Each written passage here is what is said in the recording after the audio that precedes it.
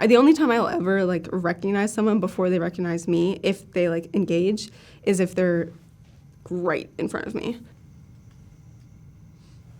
My name is Morgan Cook-Sather, and I'm a sophomore. So I have a rare genetic eye condition, which is a form of juvenile macular degeneration, which means that progressively over time, my vision has gotten worse, starting when I was diagnosed when I was 9. The way this manifests the most is that it means I'm legally blind, so navigating different spaces and facial recognition is something that's really hard. Reading small print is impossible, and seeing like far distances is also something I am unable to do. I think it's really important to remember that vision is a spectrum, and it's not just 20/20 or completely blind. From personal experience, being someone who's in between that and who's legally blind and can see some things but not other things, I think for people who don't interact with someone who has a visual impairment can be confused sometimes because I seem capable of some things, but then other things I'm not. And so just remembering that it's an individual experience, and it's not just fully blind or can see everything.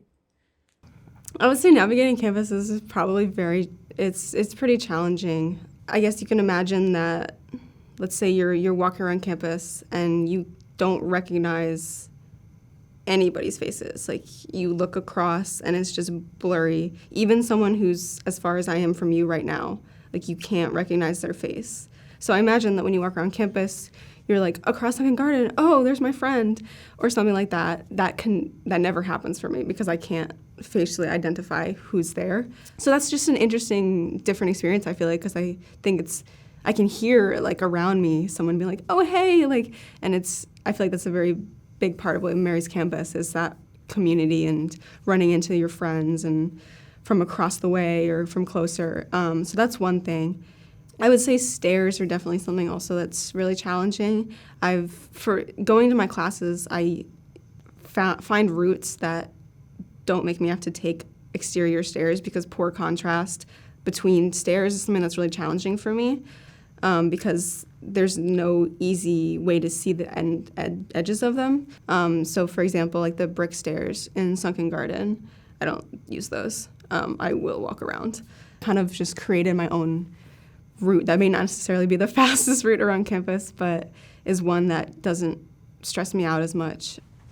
I'll try to use good language that conveys the experience. This will be good practice. So if I go into a classroom, let's say ISC 1221, I feel like people know that one, that huge lecture hall, it doesn't matter what seat I sit in the classroom, whether it's the first row or the back row, I can't see what's projected onto the screen. That's kind of just a normal experience for me. I think that's probably the biggest thing. So one of the things I have my formal letter of accommodations, but I also like to reach out to my professors before the semester starts and tell them specifically how my condition will manifest in their particular class, because I feel like accommodations are words on paper, but there's little nuances that don't go into the accommodations that are also important in the classroom. For example, so with my eye condition, I rely on the peripheral vision because the central vision is pretty much gone.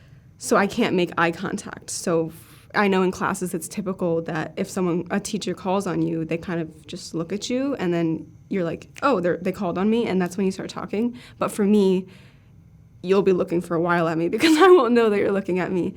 So I ask, hey, just want to let you know this is the way this manifests in the classroom. If you could call on me by name, if I have my hand raised, then that's the way that I'll know that you're calling on me. Just merely looking at me won't work for me.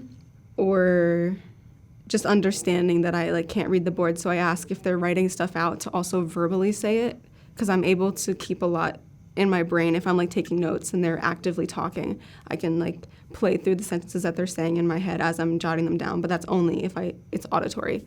If it's visual, I can't see it. So just little stuff like that I like to also bring to my professor's attention. Something that really struck me last spring with one of my professors is we had a lot of readings. It was a Call 150, and one of the readings wasn't accessible in any kind of digital format.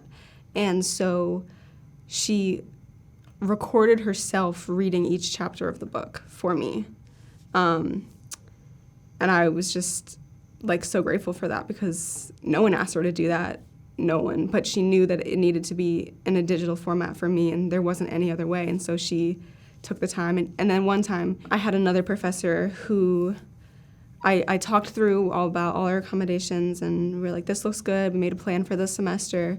And then one time she was behind my computer and saw exactly what I had to do to zoom in and to read the materials in her class. And she was like, this is what you have to do?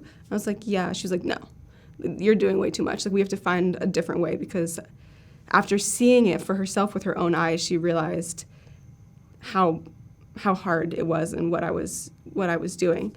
That's why I think it's important that people actually see, because I can describe stuff all day, but if you don't see it with your own eyes, sometimes you just can't really understand it. So that was an instance where she saw it and she was like, wow, and we made a change, and yeah.